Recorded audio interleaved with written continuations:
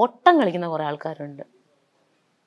ഇങ്ങനെ പൊട്ടനായിട്ട് അഭിനയിച്ചിട്ട് അങ്ങനെ ആളുകളെ പറ്റിച്ച് മുന്നോട്ട് പോകുന്ന കുറച്ച് ആൾക്കാരുണ്ട്. എസ്പെഷ്യലി ഈ പറയുന്ന പോലെ ആർട്ടിസ്റ്റ്, പൊട്ടിക്കുട്ടി, മണ്ടിക്കുട്ടി, ക്യൂട്ട്നെസ്. പക്ഷേ എല്ലാം അറിയാം. നമ്മൾ ഉപദ്രവിക്കേണ്ട വിധത്തിലൊക്കെ ഇവർ ഉപദ്രവിക്കുകയും ചെയ്യും. എന്നിട്ട് പൊട്ടിക്കുട്ടിയായിട്ട് അഭിനയിക്കും. അത് കാണുമ്പോൾ ഭയങ്കര ദേഷ്യം വരും. അങ്ങനെ ആരാണ് ചെയ്തത്? അയ്യടാ, ഇത്രേ പറയാൻ പറ്റുള്ളൂ. എന്നോടൊന്നും ചെയ്തിട്ടില്ല. പക്ഷെ അങ്ങനെ ഒരു അനുഭവം ഉണ്ടായതുകൊണ്ടാണല്ലോ മഞ്ജു പറയുന്നത്. അല്ലാതെ മഞ്ജു ഒരിക്കലുമല്ല. മഞ്ജുവിന്റെ അടുത്ത് നല്ലതായിട്ട് പൊട്ടിക്കുട്ടിയായിട്ട് ന്യൂട്രലിൽ നിന്നിട്ട് മഞ്ജുവിനുള്ള പണി തന്നിട്ടുണ്ട്, അല്ലെങ്കിൽ മഞ്ജു പറയാൻ പറ്റില്ല. പണിയൊന്നും തന്നിട്ടൊന്നുമില്ല, അങ്ങനെയൊന്നുമല്ല. അങ്ങനെയല്ല, അങ്ങനെ അല്ലല്ലോ ഇയാൾ, അങ്ങനെ അല്ലല്ലോ. പിന്നെ എന്തിനാണ് ഇങ്ങനെ കാണിക്കുന്നത്? ചിലപ്പോൾ അവരുടെ നിലനിൽപ്പായിരിക്കും. നിലനിന്ന് പോട്ടെ, നമ്മൾ അതിനെ തിരുത്താനൊന്നും നിൽക്കില്ല. അങ്ങനെ ഉണ്ട്, ഇല്ലാന്ന് നമ്മൾ പറയുന്നില്ല. അങ്ങനെ ഉണ്ട്, അതുകൊണ്ടല്ലേ പറയുന്നത്. അത് കൃത്യമാണ്. ഒരാള് മഞ്ജുവിന് എപ്പോഴും കൂടെ ഉണ്ട് എന്ന് തോന്നുമ്പോൾ ആരെയായിരിക്കും വിളിക്കുക? ആരെയായിരിക്കും വിളിക്കാന്ന് പറഞ്ഞാൽ ഏറ്റവും ആദ്യം അമ്മച്ചിനെ വിളിക്കും. അമ്മച്ചിയായിരിക്കും വിളിക്കുക. ഏറ്റവും ആദ്യം അമ്മച്ചിനെ വിളിക്കും. അമ്മച്ചിക്കും കേട്ടാൽ ടെൻഷൻ അടിക്കണ വല്ല കാര്യമാണെങ്കിൽ സിമീനെ വിളിക്കും, എൻ്റെ കൂട്ടുകാരി. ഒരു ഫ്രണ്ട് എന്ന് പറയാനാണെങ്കിൽ ഒരാളുടെ പേര് ആദ്യം പറയാൻ ആരെ കഴിയും? ഓഫ് കോഴ്സ് സിമി തന്നെയാണ്. എൻ്റെ ആൺസുഹൃത്തുക്കളാണോ കൂടുതൽ, പെൺസുഹൃത്തുക്കളാണോ കൂടുതൽ? എല്ലാവരും ഉണ്ട്, ആൺസുഹൃത്തുക്കളും പെൺസുഹൃത്തുക്കളും. എനിക്ക് കുറേ സുഹൃത്തുക്കളുണ്ട്. ഒരാൾ ചതിച്ചു എന്ന് പറഞ്ഞാൽ അയാളെ എങ്ങനെ പിന്നീട് നോക്കിക്കാണും? നമുക്കിപ്പം ഞാൻ പറയാണ് മഞ്ജുവിനെ ഇന്നാൾ ചതിച്ചിട്ടുണ്ട് മഞ്ജു, അത് എനിക്ക് കൃത്യമായിട്ട് എൻ്റെ മുമ്പ് വെച്ച് പറഞ്ഞാൽ മഞ്ജു എന്ന് ഞാൻ പറയുന്നു. മഞ്ജു ഞാൻ പറയുന്നത് വിശ്വസിക്കുമോ? നേരിട്ടുണ്ടായെങ്കിലേ വിശ്വസിക്കുമോ? പറഞ്ഞതുകൊണ്ട് വിശ്വസിക്കൂല. അതിന് എന്തെങ്കിലും പ്രൂഫ് എനിക്ക് കാണണം. കണ്ടാൽ ഞാൻ അവരോട് തീർച്ചയായിട്ടും ചോദിക്കും. നേരിട്ട് ചോദിക്കുമോ അതോ പിന്നീട് മനസ്സിൽ വെച്ച് പ്രവർത്തിക്കും? അയ്യോ ഇല്ലില്ല, നേരിട്ട് ചോദിക്കും. നീ അങ്ങനെ ചെയ്തിരുന്നോ എന്ന് ചോദിക്കും. ചെയ്തിരുന്നു എന്ന് പറയുകയാണെങ്കിൽ ഞാൻ ആ വ്യക്തിയെ എൻ്റെ ലൈഫിൽ നിന്ന് മാറ്റി നിർത്തും. പിന്നെ അങ്ങനെ വ്യക്തികളെ മാറ്റി നിർത്തി ഇല്ല, ഇതുവരെ ഇല്ല. മാറ്റി നിർത്തേണ്ടായി വന്നിട്ടില്ല, ഇതുവരെ വന്നിട്ടില്ല. ഇനി ഒരു ജീവിതം തുടങ്ങിയെന്ന് പറയാം അല്ലെ? നമ്മൾ ജീവിതം തുടങ്ങിയിട്ടുള്ളൂ, നമ്മളിപ്പോഴാണ് സേഫായി സ്വന്തം വീടായി. ഈ ഒരു ജീവിതം തുടങ്ങിയ യാത്രയിൽ നമുക്ക് ഇന്നത് ചെയ്യണം, ഇന്നത് ചെയ്താൽ നമുക്ക് കൊള്ളാമെന്ന് തോന്നുന്ന ഒരു ഫീൽഡ് എന്തായിരിക്കും? അഭിനയം മാത്രമായിരിക്കുമല്ലോ നമ്മുടെ ലക്ഷ്യം. നമുക്ക് എന്തെങ്കിലും, നമുക്ക് നേരത്തെ പറഞ്ഞ പൈസ വേണമല്ലോ നമുക്ക്. അപ്പൊ നമുക്ക് ഇനി എന്തെങ്കിലും ചെയ്യണമെന്ന് തോന്നുവാണെങ്കിൽ എനിക്ക് ഇനി ഒരു ഇതുണ്ടായാൽ എനിക്ക് അത് ചെയ്യണം എന്നാണ് ആഗ്രഹം. ഒരു നല്ല ഭക്ഷണം കൊടുക്കുന്ന ഒരു റെസ്റ്റോറൻറ്റ് ഉണ്ടാവണം.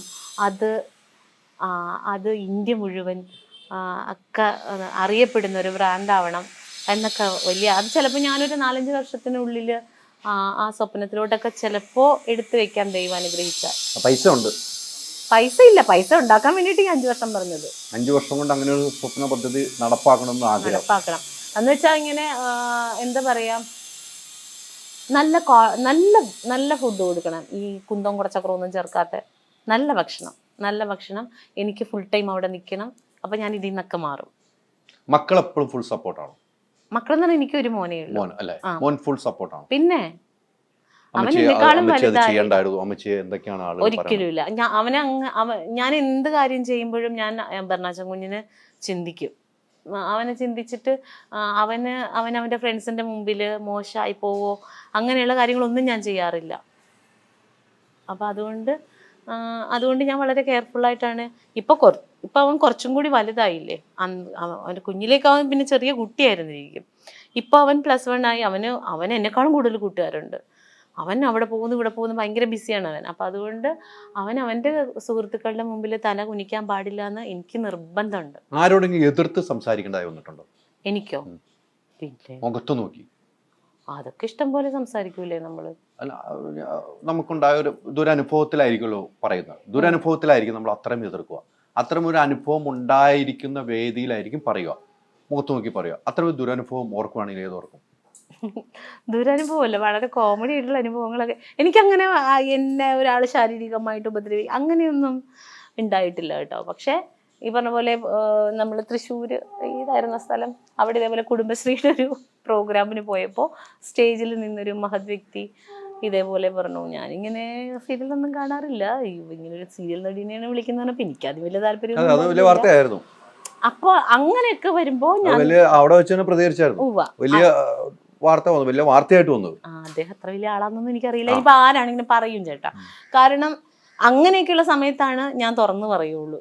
അല്ലാതെ ചിലപ്പോൾ എന്നെ ഉപദ്രവിക്കാനൊക്കെ വന്നാൽ ഞാൻ ഓടിക്കളയും. എനിക്ക് ശാരീരികമായിട്ട് അത്ര ശക്തിയൊന്നുമില്ല. ഇതൊക്കെയുള്ളൂ ഈ ആഡംബരത്വം. എനിക്ക് അങ്ങനെ എന്റെ ദേഹം തോന്നതൊക്കെ എനിക്ക് പേടിയാ. എനിക്ക് സംസാരിക്കാൻ സാധിക്കും. ഈ സിനിമാ മേഖലയിലും അല്ലെങ്കിൽ സീരിയൽ മേഖലയിലാണെങ്കിൽ പൊതുവെ പറയുന്ന അഡ്ജസ്റ്റ്മെന്റുകൾ പറയുന്നുണ്ട്, നമ്മൾ കേട്ട് പോകാം. അതൊന്നും ഇപ്പൊ ഉണ്ടെന്ന് വിശ്വസിക്കുന്നതല്ല. അങ്ങനെ എന്തെങ്കിലും അനുഭവങ്ങൾ മഞ്ജുവിന്റെ അടുത്ത് പറയാം, മഞ്ജു ഇങ്ങനെ ഒരു ഇതുണ്ട്, അത് നമുക്കൊരു ഇങ്ങനെയൊക്കെയാണ് സിനിമാ മേഖല, അല്ലെങ്കിൽ അങ്ങനെയൊക്കെ അനുഭവങ്ങൾ മഞ്ജുവിന് ഉണ്ടായിട്ടുണ്ട്? ഇല്ല.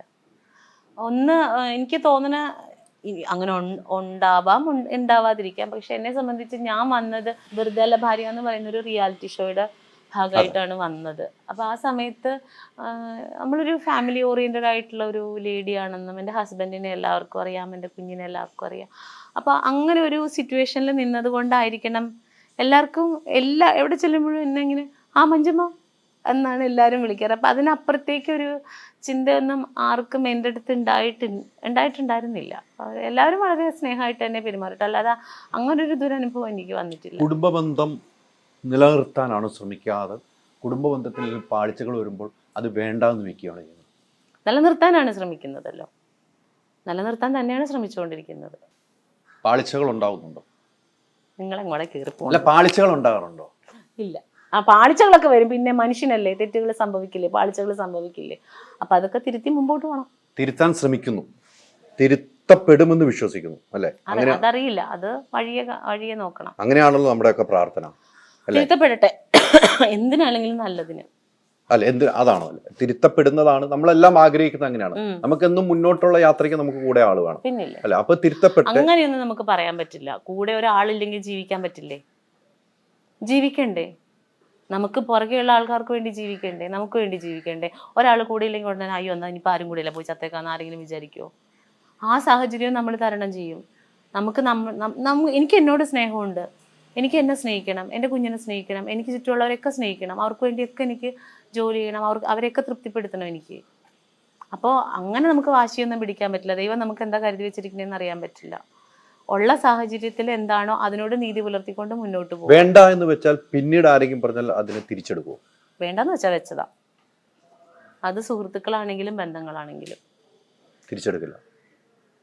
വേണ്ടാന്ന് വെച്ചാൽ അത് ഞാൻ ഒരാളെ വേണ്ടാന്ന് വെക്കണമെങ്കിൽ അത് അത്രയും എന്നെ ഹേർട്ട് ചെയ്തിട്ടാണ്, അത്രയും നമുക്ക് പറ്റാതാവുമ്പോഴാണ് നമ്മളത് വേണ്ടാന്ന് വെക്കുന്നത്. അത് അതുവരെ ചേർത്ത് പിടിക്കുന്നുണ്ട്. അപ്പോൾ അവിടെ ഞാൻ വേണ്ടാന്ന് വെക്കുന്നുണ്ടെങ്കിൽ അത് വേണ്ടാത്തത് കൊണ്ടാണ്. പിന്നെ അതിനെ തിരുത്തി ചെയ്ത് ദൈവം നമുക്ക് ഒരു പ്രാവശ്യമൊക്കെ ബുദ്ധി പറഞ്ഞു തരുള്ളൂ. വീണ്ടും പോയിട്ട് പിന്നെ അവിടെ തന്നെ പോയി. എനിക്ക് പലപ്പോഴും അത്ഭുതം തോന്നാറുണ്ട്. ഇടിയും ഈ ഗാർഹിക പീഡനമൊക്കെ അനുഭവിക്കുന്ന സ്ത്രീകളുണ്ടല്ലോ, ഇടിയും കുത്തും ചവിട്ടും. ഇത് കഴിഞ്ഞിട്ട് അടുത്തതും പോയി കല്യാണം കഴിക്കും. എനിക്ക് ചിന്തിക്കാൻ പറ്റുന്നില്ല, എൻ്റെ ഈശ്വരൻ ഇത്രയും പീഡനം അനുഭവിച്ചിട്ട് പിന്നെ ഇങ്ങനെ ഒരു ലൈഫിലേക്ക്, അതും ഒരു ഭാഗ്യപരീക്ഷണമല്ലേ? അവിടെ ഇത് തന്നെയാണെങ്കിൽ എന്ത് ചെയ്യും? അപ്പോൾ ഒരു പ്രാവശ്യമൊക്കെ ദൈവം ബുദ്ധി തോന്നിപ്പിക്കുകയുള്ളൂ. പിന്നെയും ചെന്ന് അബദ്ധത്തിൽ ചാടട്ടെ എന്ന് വിചാരിക്കും. വേണ്ടാന്ന് വെച്ചാൽ വേണ്ട, തിരുത്തപ്പെടില്ല. തിരുത്തപ്പെടുന്നതിന് പിന്നെ പ്രസക്തി ഇല്ലല്ലോ. നമ്മൾ ഒറ്റ ദിവസം കൊണ്ടുള്ള ഒരു ഡിസിഷൻ അല്ല അത്. നമ്മൾ എത്രയോ നാള് യാത്ര ചെയ്ത് അഡ്ജസ്റ്റ്. ഞാൻ എല്ലാത്തരം സൗഹൃദമായാലും റിലേഷൻഷിപ്പ് ആണെങ്കിലും എല്ലാത്തിൻ്റെയും കാര്യമാണ് പറയണത്. നമ്മൾ 5-6 വർഷം എടുത്തിട്ടായിരിക്കും ഈ ഒരു ഡിസിഷനിൽ എത്തുന്നത്. ഈ 6 വർഷത്തെ അല്ലെങ്കിൽ ഈ 1 വർഷത്തെ യാത്രയെ തിരുത്താൻ ഒരു ദിവസം കൊണ്ട് പറ്റില്ല. അന്നേ എടുത്ത ഡിസിഷനാണ്. പിന്നെ ഇടയ്ക്ക് എപ്പോഴെങ്കിലും ഒരു പൂത്തിരി പോലെ കിട്ടിയ സ്നേഹമോ ചിരിയോ എന്നും അന്നേരം ആലോചിക്കില്ല. അതിനപ്പുറത്തെ പെയിൻ അനുഭവിച്ചിട്ടുണ്ടെങ്കിൽ. പെയിൻ അനുഭവിക്കാത്ത മനുഷ്യരാരോ ഉള്ളത്? പെയിനൊക്കെ അനുഭവിച്ചിട്ടുണ്ട്. പക്ഷെ ഇപ്പം അതൊന്നും എന്നെ വിഷമിപ്പിക്കാറില്ല. ഞാൻ നല്ല ധൈര്യമുള്ളൊരു സ്ത്രീയാണ്. ഭയമുണ്ടോ? ഇപ്പം ഭയമൊന്നുമില്ല. ഭയം എനിക്ക് മോൻ്റെ കാര്യത്തിനെ കുറിച്ചൊക്കെ ഉള്ളൂ. ആകുലത എന്നൊക്കെ പറയില്ലേ, അവൻ സേഫ് ആവണം. അവന് ഒരിക്കലും ആർട്ടിസ്റ്റ് എന്ന് പറയുന്നത് ഭയങ്കര ദൈവം അനുഗ്രഹിച്ച ഒരു തൊഴിലാണ്. പക്ഷെ എൻ്റെ മകൻ അവിടെ വരണം എന്ന് എനിക്ക് ആഗ്രഹമില്ല. അവന് സ്ഥിര വരുമാനമുള്ളൊരു ജോലി വേണം. നാളെ എന്തായിരിക്കും, അങ്ങനെ ഒരു ആകുലതയിൽ അവൻ ജീവിക്കേണ്ട. ഒരു മാസം വർക്കില്ലെങ്കിൽ ഇവിടുത്തെ ആർട്ടിസ്റ്റുകളുടെ എല്ലാവരുടെയും ബാങ്ക് ബാലൻസ് തീരും, ശരാശരി ആർട്ടിസ്റ്റുകളുടെ. ഇവർക്ക് പിന്നെ ആദ്യമാണ്. കാരണം എന്താ, ആർട്ടിസ്റ്റ് ആയിപ്പോയി പുറത്തു കൂടി ഓട്ടോറിക്ഷയിൽ പോയാൽ ഓട്ടോറിക്ഷക്കാരൻ തന്നെ ചോദിക്കും, ആ കാറൊന്നും എടുത്തില്ലേ എന്ന് ചോദിക്കും. ആൾക്കാരുടെ ഇത്തരമുള്ള കുത്തുവാക്കുകൾ കേൾക്കേണ്ടി വരും. മനസ്സിലായോ? അപ്പോൾ അങ്ങനെ ആകുലതയിൽ എൻ്റെ മകൻ ജീവിക്കേണ്ട. അവനൊരു ജോലി വേണം, സ്ഥിരമായൊരു വരുമാനം വേണം. അത് 10,000 ആണെങ്കിൽ അങ്ങനെ അതിനനുസരിച്ച് അവന് ജീവിച്ചോളണം. എനിക്കത് മാത്രമേ ഉള്ളൂ പ്രാർത്ഥന. ഞാനൊക്കെ നല്ലോണം ടെൻഷനിലാണ്. ഒരു വർക്ക് തീരുമ്പോൾ നമുക്ക് തീരാൻ പോകണമെന്ന് പറയുമ്പോൾ, നിർത്താൻ പോകണമെന്ന് പറയുമ്പോൾ നമുക്ക് ആദ്യമാണ്, ദൈവമേ എങ്ങനെ റൊട്ടേറ്റ് ചെയ്യും, അടുത്ത വർക്ക് എങ്ങനെ വരും എന്നുള്ളതാണ്. ഇത് ആരൊക്കെ ഇല്ലയെന്ന് പറഞ്ഞാലും സത്യമാണ് ചേട്ടാ. എല്ലാ ആർട്ടിസ്റ്റുകളും സേഫായിട്ടല്ല ജീവിക്കുന്നത്, എല്ലാവരും ആകുലതയിലാണ്. എൻ്റെ മകൻ സേഫായിട്ട് ജീവിക്കണം. തീർച്ചയായിട്ടും സേഫായിട്ട് ജീവിക്കട്ടെ. മഞ്ജുവിൻ്റെ യാത്ര സേഫായിട്ട് മുന്നോട്ട് പോകണ്ടേ. എന്നാലും കുറേ സമയം നമ്മൾ സംസാരിച്ചു. ഷൂട്ടിംഗ് സ്ഥലത്താണ്, ഷോട്ട് എടുക്കേണ്ട സമയമാണെന്ന് എനിക്കറിയാം. ഡയറക്ടർമാരെ എല്ലാവരും ബുദ്ധിമുട്ടി നമ്മൾ ഒരിക്കലും ശരിയല്ല. ഷൂട്ടിംഗ് സമയത്ത് വിളിക്കുമ്പോൾ നിർത്താമെന്ന് ഓർത്താണ് വിളിച്ചു എന്ന് എനിക്ക് കണ്ണിൽ നിന്നും എനിക്ക് മനസ്സിലായി. ഇനി അങ്ങോട്ട് യാത്ര സഫലമാകട്ടെ. മഞ്ജു പറഞ്ഞ പോലെ 5 വർഷത്തിന് ശേഷം വലിയ റെസ്റ്റോറൻറ്റ് ഒരു ഓപ്പൺ ചെയ്യാനുള്ള ഭാഗ്യമുണ്ടാകട്ടെ.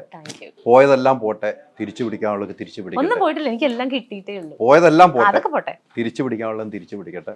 ഒത്തിരി സിനിമകൾ അഭിനയിക്കുക, ബിഗ് സ്ക്രീനിലും മിനി സ്ക്രീനിലും ഒരുപോലെ മിന്നത്തിളങ്ങാനുള്ള ഭാഗ്യം മഞ്ജുവിനുണ്ടാകട്ടെ. ഒത്തിരി സന്തോഷം. Thank you so much.